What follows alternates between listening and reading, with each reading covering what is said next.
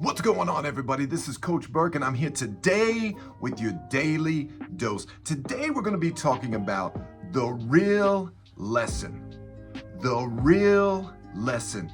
I am so glad you're here this morning. We're going to dive right into this, and we're going to break up into some small groups. This comes from James chapter 2, verses 2 through 4. James 2, verses 2 through 4. This is what it says.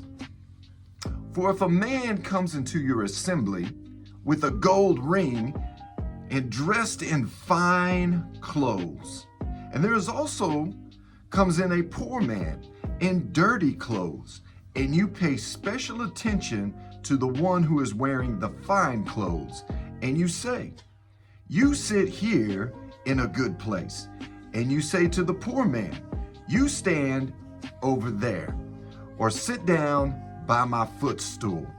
Have you not made distinctions among yourself and become judges with evil motives? Come on, somebody. Hey, Jesus broke a lot of taboos when he walked this earth. Jesus broke a lot of taboos when he walked this earth. And you may be saying, Coach Burk, what the heck's a taboo? Come on, let me see your hands. You're wondering right now, like, what the heck's a taboo? I'm gonna give you the definition real quick. This is what taboo is.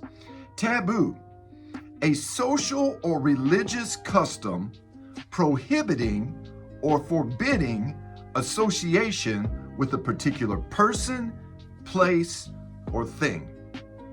Come on, somebody. A social or religious custom prohibiting or forbidding association with a particular person, place, or thing. One huge cultural taboo was completely broken with Jesus. In fact, Jesus broke 3. Come on, look at your neighbor. Say 3 taboos with the woman at the well. Come on. Now, see, here's the thing. I like to swim, and I swim with my wife, Cayenne, and Jade, and sometimes Jackson every morning. And when I get out of the water, I am thirsty, right? And it's like you work out real hard. You get out, some of you that work out or you run or something like that, and you get parched.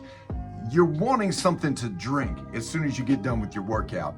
And this lady was coming to a well to get a drink to quench her thirst. And little did she know she came to the well for one thing, but ended up leaving with something else. Come on, somebody. And that somebody was Jesus. Come on. But Jesus broke 3 social, right, taboos when he went to the well.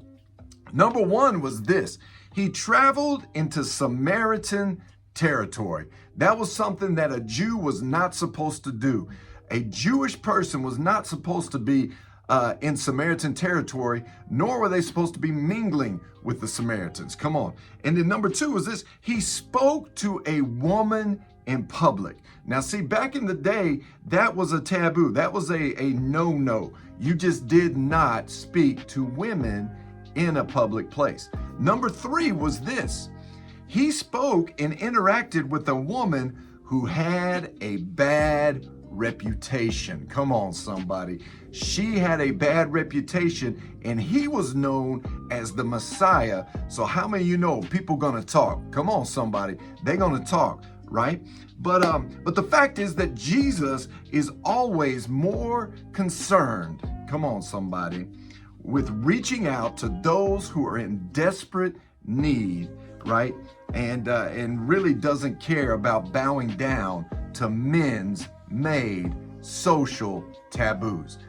Jesus is going to do what Jesus wants to do, and he's looking for those that need his help. Come on, somebody. That's good.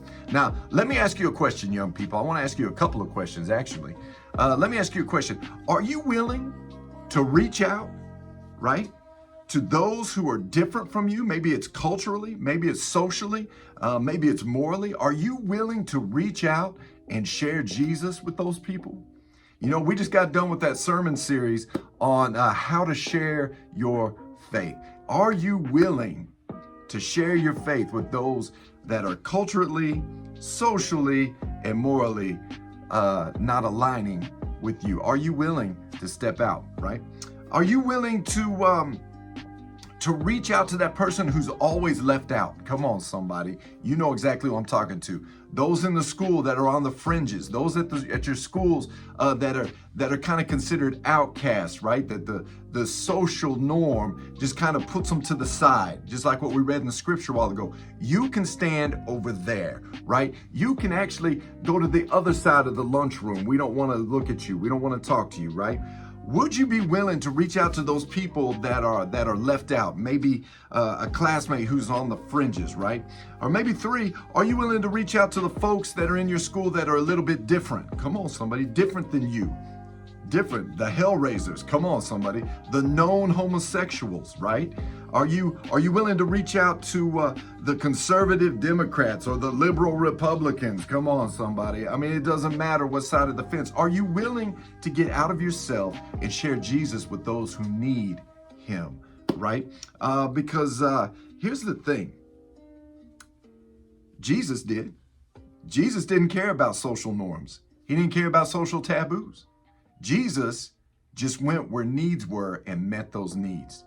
So today, when we break up into small group, we're going to be talking about, are there areas in our lives where we can share Jesus to those who need him? See, if you call yourself a Christian, we need to be looking like Jesus and doing things like Jesus did.